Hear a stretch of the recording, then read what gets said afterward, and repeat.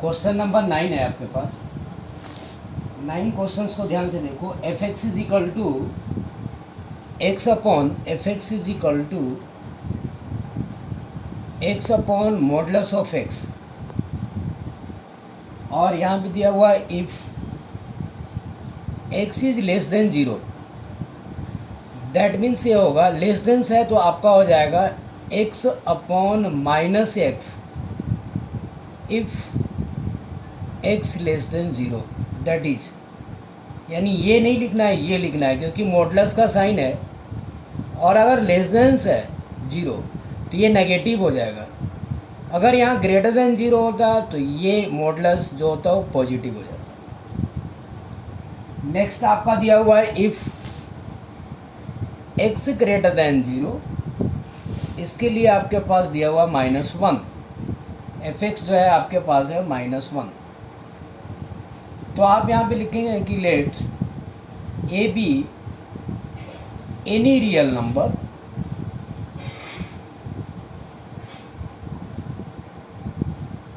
In domain functions.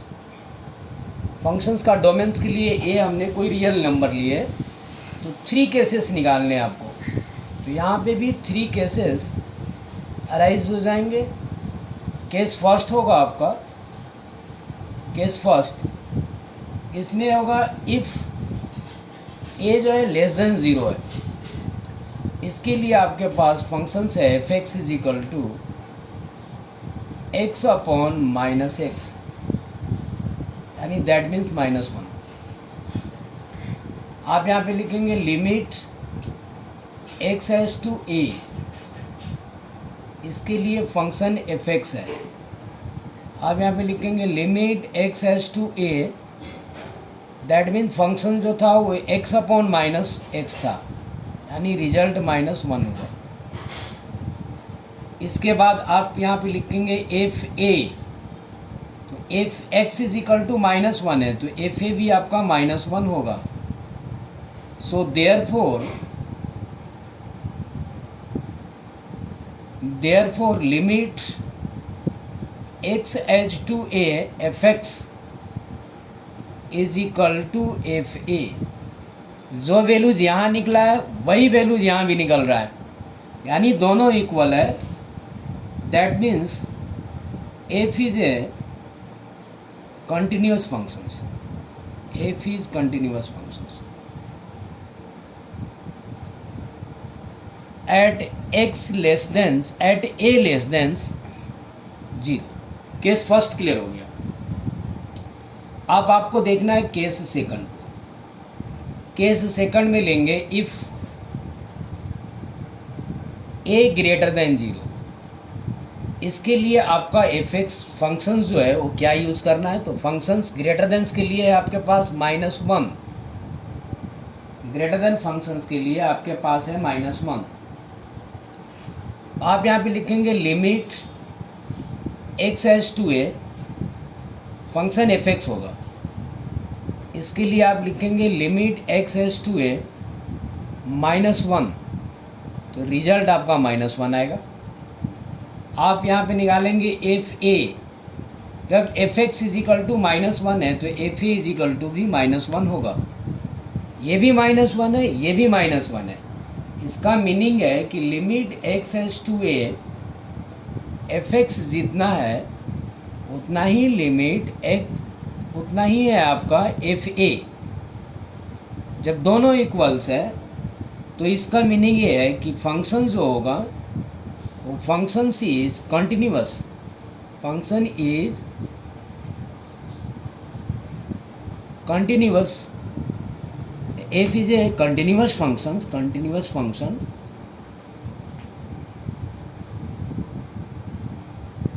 functions at a is greater than 0, at a greater than 0। अब आपका आया case third. Case third में लेंगे if a is equal to 0। जब आप a is equal to 0 लेंगे तो इसमें लेफ्ट हैंड लिमिट भी निकालना होगा और राइट हैंड लिमिट भी निकालना होगा।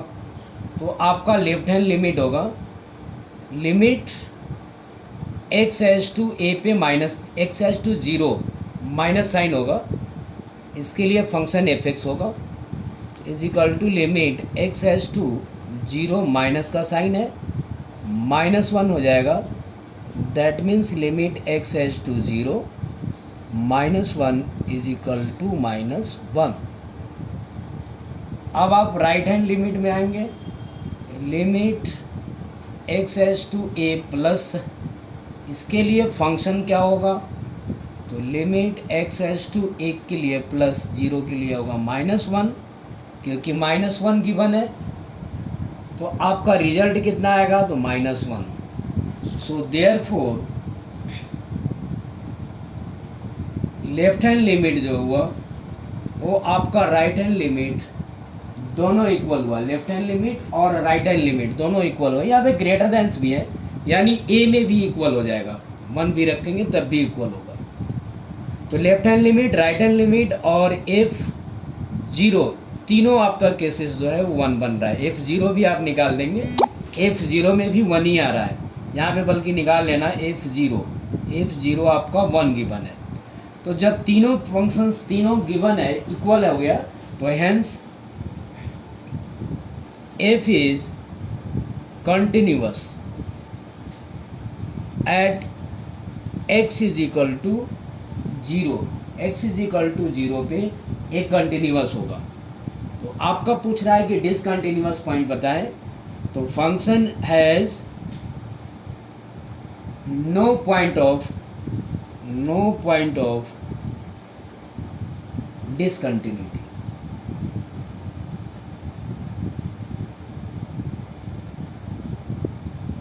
यानी कंटिन्यूटी नहीं होंगे।